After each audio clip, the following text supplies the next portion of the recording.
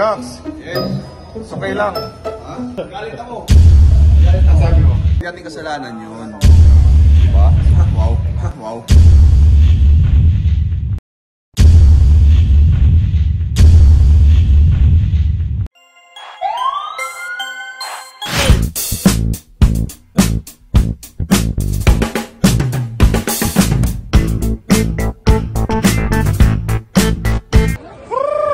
Tinatawag ko na po yung mga member ng PBA Moto Cup. Amazing rain. Ano po? Local? Local pa dito. Welcome to my crib. Hindi na siya pumunta. Welcome daw to my crib. Wala naman sa loob ng bahay. Asa yung crib mo? Ano sa dulo? Tara, kain tayo? Tara.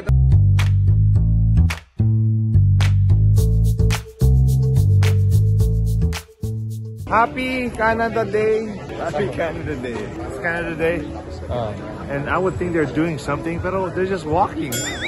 Like, wala naman event, wala naman ano. Meron, mamayang gabi ata. But people are just like, really just walking and taking pictures. And there's supposed to be like fireworks later or something like that. Pinagbawal lang fireworks kasi nagkaroon ng wildfire sa Canada. Don't stop, keep the rhythm coming. Don't stop. Don't stop, keep the rhythm coming. Don't stop. Don't stop, keep the rhythm coming. Don't stop. It's fun to walk around like this when the weather's nice. There's you know, the nice buildings. And then nakikita mo yung mga ibang lahi na nandito sa Canada. Ibang culture. Na-enjoy mo to? Na-enjoy mo to?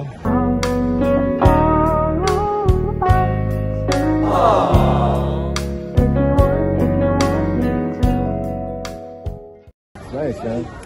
Uy, parang ano yan ah. NBA player? James Harden. James Harden! James Harden! Kumusta kayo? Nagtagalog. Nagtagalog si James Harden.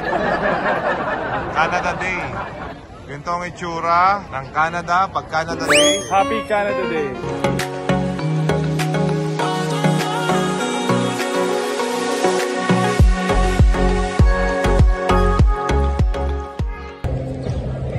Yan ba yung sinasabi mo? Ha? Parang pinapanood natin yan nung bata pa tayo, di ba? Oo, nakita ko sa Ateneo yan. Maganda yan. Magaling to na player, Atenista to. Sir, would you mind? What you do for a living? pa ba kayo? Notre Dame. Notre Dame. Yan daw kinasal sino? Celine Dion. Every night of my dream. Mga amazing Notre Dame po. Samahan nyo ko, bisitahin natin. Let's go!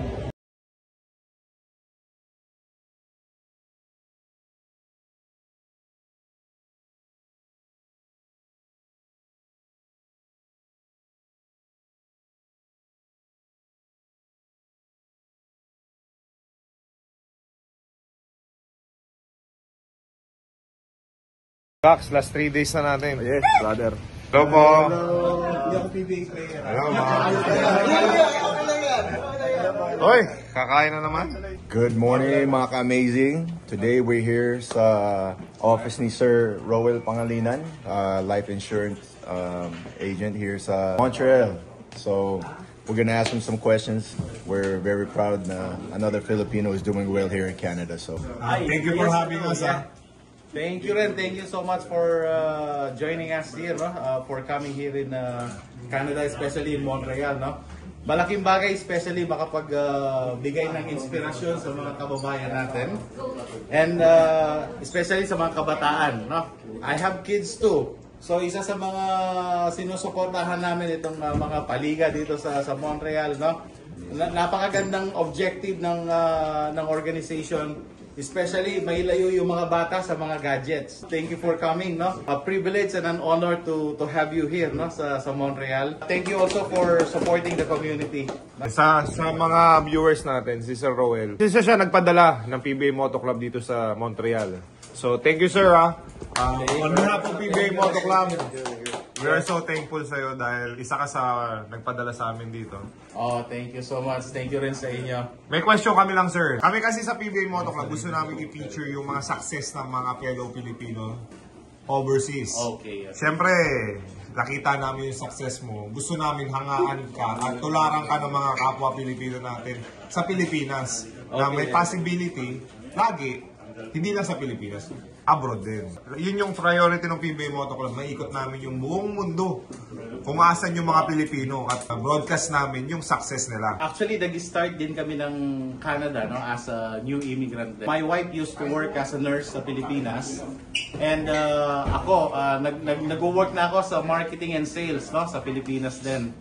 And once na nakarating ka ng abroad, no, ibang bansa, so wala kang ibang mapupuntahan kundi kung ano yung mga available jobs lang din, di ba? So, I used to work sa factory, no? Nag-dishwashing din ako. Wow. And then nag-cleaning din, no? So yun yung mga bagay na talagang pinagdaanan namin dito sa Canada. Hindi madali, no? Talagang mahirap. And dumating sa point na pakiramdam ko, at the age of 30s during those time, Superman ako. Kaya kong gawin lahat ng trabaho. Binabayaran tayo dito per hour, di ba? So trabaho lang, trabaho, walang complain. Pero natutunan ko rin, may hangganan pala yung katawan natin, no? May limitations. Dumating sa point na tinamaan ako ng sakit, nagkasakit ako, hanggang sa hindi ko na magamit yung dalawang kamay ko sa pangtrabaho. And good thing, sa Canada, napakaganda ng system. Once na something happened to you, nagkasakit ka, dahil sa trabaho mo, so ang government susuportahan ka niya. So hanggang sa dumating sa point na pinagpaaral niya ako, so, isa sa mga colleges dito sa Canada. Ayun, no? I took advantage of that privilege na makapag-aral. And then nabigyan ng opportunity mag-exam at mag-license, no? Sa insurance of person. Nag-start ako ng office sa basement lang namin sa bahay. Hanggang sa after few years, nagkaroon ng opportunity makabili ng condo unit, no? Para somehow masabi natin na okay, may office, no? Madala dito yung mga clientels din. Grabe, no? Ngayon sir, lahat ng nakakausap namin, yung mga success nila, came from dishwasher muna sila. Sobrang baba na work, yung mga minimum wage and everything. And then eventually, pag nagsumikap ka talaga, aangat ka talaga dito, no, sa Canada, sir. No? Iba ang Pilipino, and we are really proud to become or to be one of the Filipinos din, no. And yeah, kahit saan tayo magpunta, no, ang dami dito mga kababayan natin, no. Actually, we have guests from Gatineau, no. They drove 2 hours and a half going home sa Montreal. Thank you po. And then mag-overnight sila, mag-stay para bukas makapanood din. And tonight, we will meet them for the meet and greet, no? May mga bisita rin tayo from West Island, no? Sina Ate Lorna and Ma'am, thank you. Siyempre, na-explain mo na yung success mo. Kami, as sa buong PBA Moto Club, tagahanga mo kami. Dahil yung sacrifices mo and everything, gusto namin yan tularan. Sir, ngayon, lahat kami nakikinig. Yung iba dito baka walang life insurance. Gaano kahalaga ang life insurance? Ako sir, meron ako dalawa. Oh, meron kang dalawa.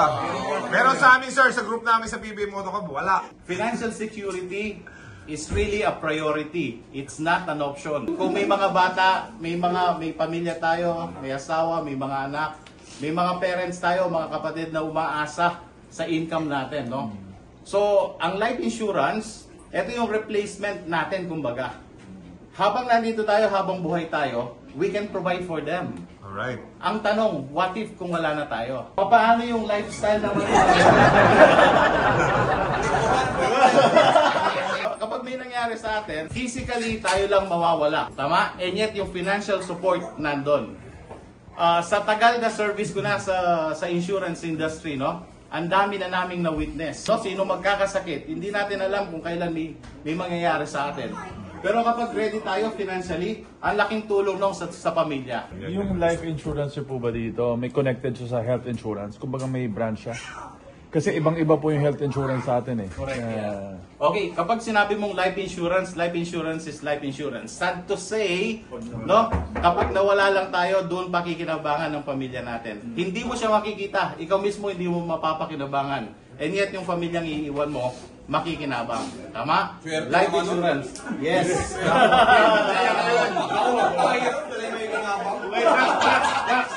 Di ba, pag kinasal ka, reguluhan mo yung asawa mo ng life insurance. Swerte naman nun. Gusto ko lang i-ano sa kanila yung slogan nila dito kasi kanina ko pa tinitingnan. Safer to buy 10 years early than 1 minute too late. Yeah. Habang malakas ka pa, kaya mo pa magtrabaho, kuha ka na, di ba? Correct. Kesa naman yung matanda ka na, tsaka ka magsisi. If you want to buy life insurance with investment, please consult a professional talaga. Like you, sir. Yeah, nandito ako to serve you.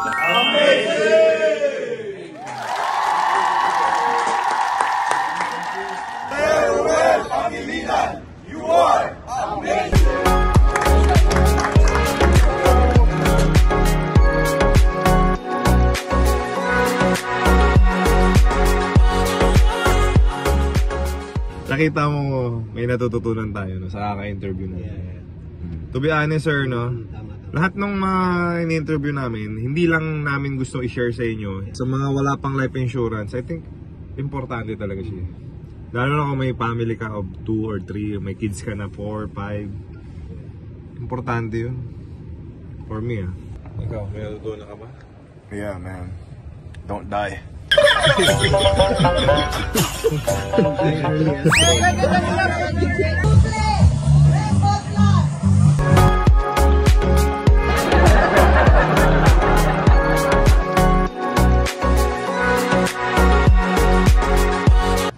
thank you very much po sa mga sponsors natin.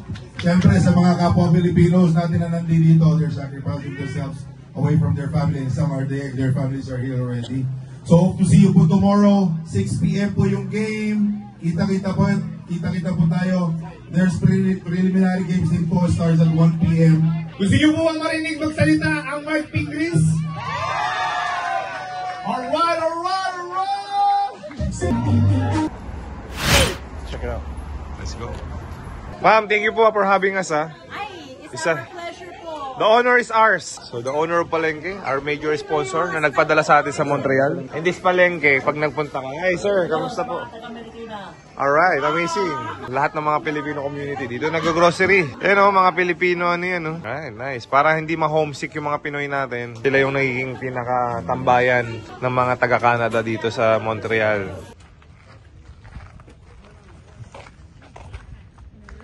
Inom ka. Ano, masarap hindi? Parang bottled water. Try mo.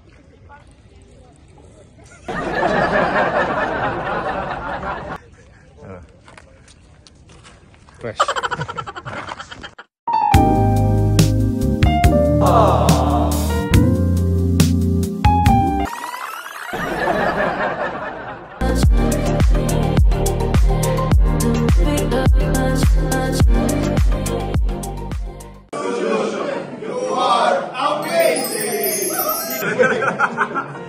Grabe ka mga tawa. Sa motor. Nangyari yan. Taluin yan. Totoong rider to. Ano talaga mga rider? Rider, walang gear. Bata mo. Cindy Manil, you are amazing!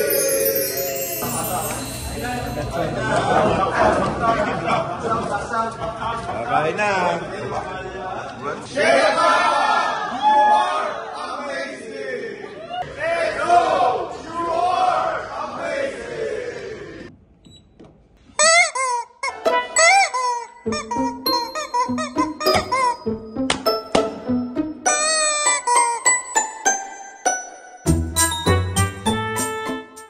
Jay, padating na yung bata mo. Tingnan natin yung mukha niya. Ayun. Gusto kayo tumawa. Malungkot na siya. Gax! Yes. Okay lang. Okay, kita natin yun. Yung bag mo. Hindi na nga magubot, ililiga na lang dito eh. Oo. Galit ako. Ang sabi mo, what is happening? Where's my luggage? Sabi ko. Ano sabi? Sir, sorry. It's been missing for a while. Nasagot mo. Okay. Delivered to the hotel, sabi ko. Magaling. Para hindi na umabausapan. Para hindi mo mapapausapan, sabi niya. It's okay. Pero naniniwala ka na dadating yun? Hindi ko alam eh. Mga ka-amazing, nag-shopping siya. Hindi pa naman siya pumapasok. Ay, KG Boy, hindi siya pumapasok pag hindi 7Q. Pag hindi 70 off, di siya pumapasok sa shop. Tapos lahat ng binili niya, nawala. Malakas na yung chance. Jasper, di ba malakas yung chance pagka ganun? Parang hindi na nila inaano yun. Oo, okay. Magkano ba yan? Bibili ng bago.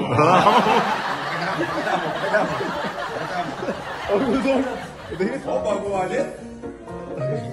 CK, baka naman. Oh, 70 off yan. Ganyan mo, yung kayo mo. Ay, naka-gold card pala. Swipe mo nga to. Credit card yung bata mo. So mga kami, saan ang lesson learned doon? May natutunan ka ba? Hindi natin kasalanan yun. Diba? Hindi, nagdagdag ka kasi ng maleta, pangatlo. Eh, ang alam ng lahat ng Bakit tao, naman kami, ah? dalawa lang yung maleta. Wow. Naka-check-in na yun, bakit na naiwan? So, sino may kasalanan? Sila. Ang may kasalanan, Air Canada. Yan. Air Canada. Disappointed ako. Kung kailan yung last trip namin dito sa Montreal, saka naiwan yung bag ko. So, Air Canada, please, pakibalik po yung bag ni Gako natin. tayo kakain? Binayaran mo yun, di ba? Binayaran mo pa extra, di ba? So, naiwanan po ng gamit.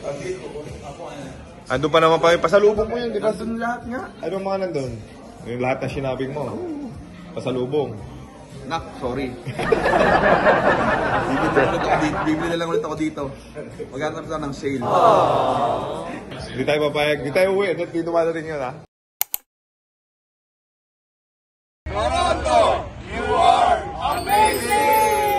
Dwayne, NBA Kings, let's go!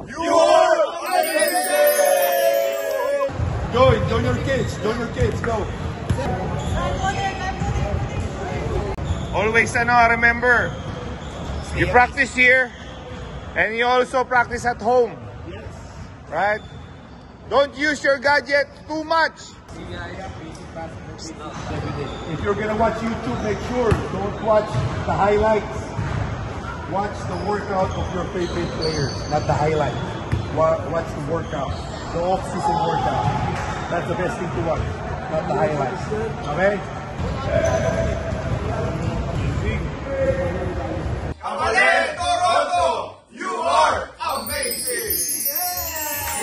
Coach Jonald, on behalf of PBA Moto Club, thank you, ha? Salamat din po Thank you sa pag-invite sa amin dito sa Canada. Of course, Kabalen, Toronto. Food nila dito at so mga babait nilang staff, say hi po. Ayan, so parang nasa ano ka na lang din, Pilipinas ka. So Jonald, kami sa PBA Moto Club, naghahangan nyo kami. Lalo na yung mga Pinoy na nakaka-establish ng business dito sa ibang bansa. Mahirap ba sa simula? Mahirap sa simula po, hindi biro. Pero tuloy-tuloy lang. At ma-achieve ang lahat po. Basta may pangarap. Kaya. Kaya. Boss Jonald, thank you. On behalf of Salamat, PBA salamat. Moto Club, we thank you. Right? Yes, thank you, boss. Salamat, boss. Isa naman nating kababayan na nagtagumpay dito sa Canada. Sarap ng pagkain nila. Gusto natin yan, di ba? Oo naman. So, Jonald, thank you so much. Maraming salamat po. Masarap kainin. May kapampangan din. JC, kapampangan din. Salamat Right, po. Boss Jonald, thank you. Salamat. Kabalen, Toronto, you are amazing.